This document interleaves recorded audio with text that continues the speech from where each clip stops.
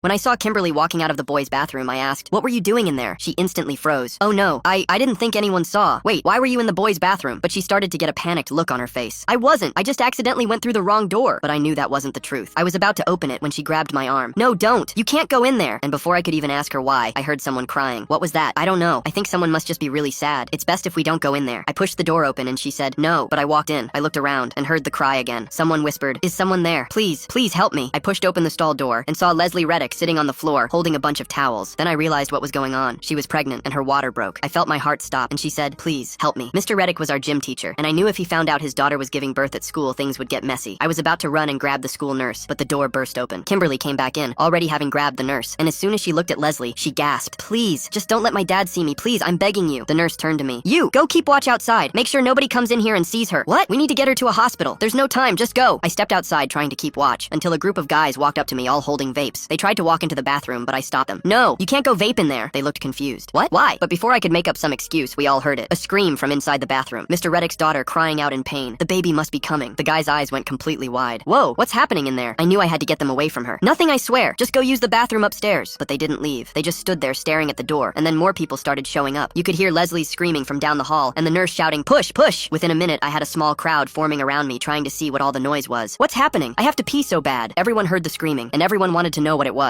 But then I saw him. Mr. Reddick was coming down the hallway. He walked up to the crowd with this confused look on his face and asked, "Has anyone seen my daughter?" Oh no. I had to make up a lie fast, but before I could say anything, we all heard Leslie screaming, "Oh my god! Ah!" Everyone was shocked until someone said, "Hey, that kind of sounds like her in there." Mr. Reddick looked at me, and since he was an ex-pro football player, I knew I stood no chance. I tried to block him, tried to tell him he couldn't go in, but he shoved me aside like I weighed nothing. "No, you can't!" But I hit the floor and watched him burst through the bathroom door. Oh no, no, no. This was really bad. 3 seconds later, he yelled, "What is this?" Mr. Reddick's voice echoed through the hallway. Everyone outside went completely silent. They still had no idea what was happening until we heard Mr. Reddick yell, "Who's the father?" And everyone couldn't believe it. "Is it Felix? I swear I'll kill him." Everyone looked at Felix. He had been dating Leslie for 9 months, and it all perfectly added up. He was sweating and started backing up. But then the door burst open, and we saw Mr. Reddick standing there. You could see the veins in his forehead. We heard the nurse yelling, "Come on, push!" Then we heard crying, but we knew this was bad. "You got her pregnant?" Just then, Felix panicked and turned, running down the hallway. But Mr. Reddick took off after him like a track star. He caught up and tackled him to the ground, and everyone couldn't believe what we were seeing. We saw Leslie come out of the bathroom holding something, and she yelled, "Dad, no!" Mr. Reddick pinned him to the ground and completely ignored his daughter. He started swinging, completely destroying Felix's face. Everyone panicked and pulled him off, and by the time they held him back, Leslie was crying. He was about to break free and hit him again, but Leslie yelled, "Dad, it's not his!" And when she said that, everyone went silent. Mr. Reddick stopped struggling, and even Felix looked up from the ground. Everyone's eyes went to the baby, and that's when we all saw it. Everyone collectively gasped, because even though Felix's face was beaten and purple, he was white. And when we saw the baby, it was beautiful and perfect, but definitely black.